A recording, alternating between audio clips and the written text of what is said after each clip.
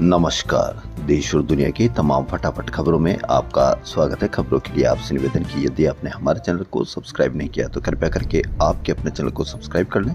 आप सब्सक्राइब करते हैं तो हमें हिम्मत होती है सही और सच्ची खबरें आप तक पहुंचाने की, वरना मीडिया में किस तरह की खबरें आपको पेश की जाती है यह आप भली भांति जानते हैं।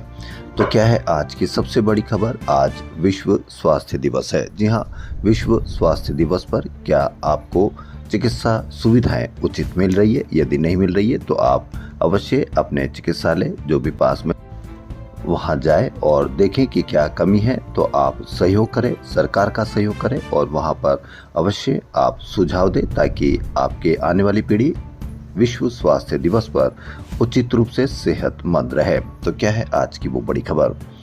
ट्रंप की डेडलाइन आज, ईरान की दो टूक, न होर्मुज खोलेंगे न जंग रोकेंगे, अमेरिका सुन ले। अमेरिकी राष्ट्रपति डोनाल्ड ट्रंप ईरान को दी डेडलाइन, मंगलवार को खत्म होगी। ट्रंप की तमाम धमकियों के बाद भी ईरान के तेवर बरकरार है। ईरान ने दो टूक कहा, अमेरिका कान खोलकर सुन ले, न तो हम होर्मुज को खोलेंगे और न ही जंग को रोकेंगे। ईरान के सुप्रीम मुज्तबा खोमनेनी के सलाहकार अली अकबर विलायती ने कहा कि ईरान पर हमलों के जवाब में होर्मुज के बाद बाब अल मंदेब को भी रोकेंगे, हम ग्लोबल सप्लाई को बंद कर देंगे।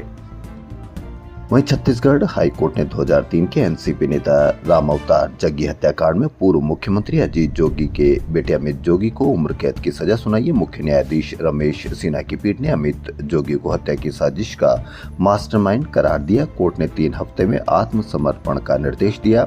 अमित ने इसे सुप्रीम कोर्ट में चुनौती दी, जिस पर 20 अप्रैल को सुनवाई संभव है। सतीश जग्गी, उनके बेटे, ने कहा कि यह फैसला मेरे पिता को सच्ची श्रद्धांजलि है। वहीं सुप्रीम कोर्ट ने अरुणाचल के सीएम पेमा खांडू के खिलाफ सीबीआई जांच का आदेश दिया है।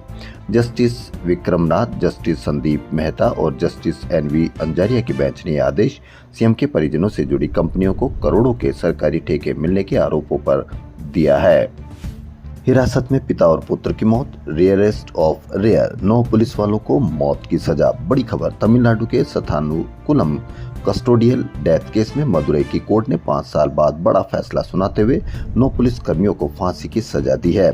फर्स्ट एडिशनल सेशन जज जी मुथुकुमारन ने इस मामले को रेयरेस्ट ऑफ रेयर करार देते हुए कहा कि जिन पुलिस कर्मियों पर जनता की सुरक्षा की जिम्मेदारी थी, उन्होंने ही ऐसा अपराध किया जिसने समाज की अंतरात्मा को झकझोर दिया। कोर्ट ने फैसले में कहा कि जयराज और उनके बेटे बेनिक्स की मौत प्राकृतिक नहीं थी, बल्कि पुलिस हिरासत में की गई बर्बर मारपीट का परिणाम थी।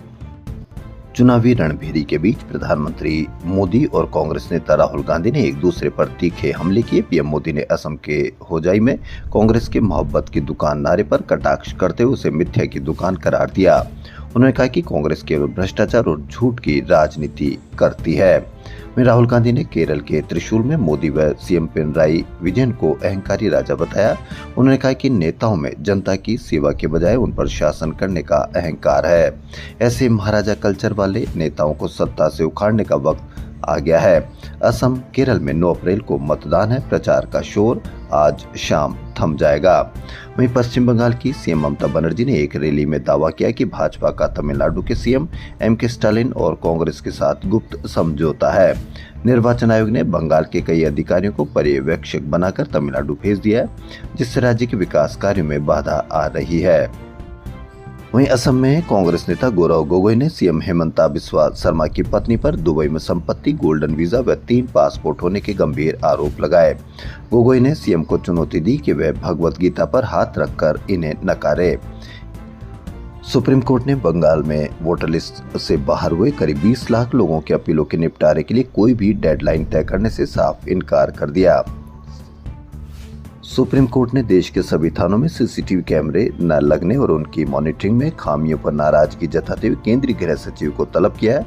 जस्टिस ने कहा कि कई राज्यों में डैशबोर्ड और केंद्रीय निगरानी तंत्र अब भी गायब है। पुलिस हिरासत में मौत मामले पर सुनवाई के दौरान अमिकस क्यूरी सीनियर एडवोकेट ने बताया कि केरल, मध्य प्रदेश और राजस्थान में सिस्टम मजबूत है। केरल में अफसर मोबाइल से रियल टाइम में पुलिस थानों की मॉनिटरिंग कर सकते हैं। हिरासत में मौतें रोकने को देश में केरल मॉडल लागू क्यों नहीं करते, ये कहना है सुप्रीम कोर्ट का। बारामती विधानसभा उपचुनाव के लिए नामांकन की प्रक्रिया पूरी होने के साथ ही मुकाबला स्पष्ट हो गया है।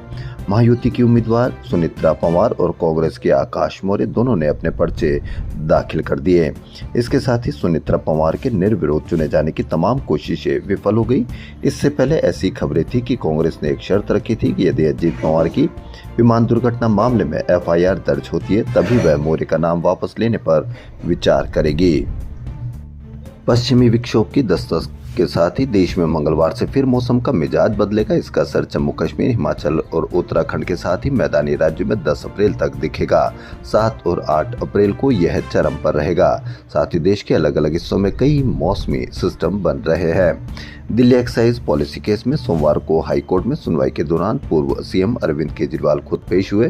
उन्होंने जस्टिस स्वर्णकांता शर्मा से इस मामले की सुनवाई से अलग होने का आग्रह किया। केजरीवाल ने कहा कि उन्होंने नियमों के तहत आवेदन किया है और वह इस पर खुद बहस करना चाहते हैं। देश और दुनिया की तमाम फटाफट खबरों में फिलहाल इतना ही। धन्यवाद।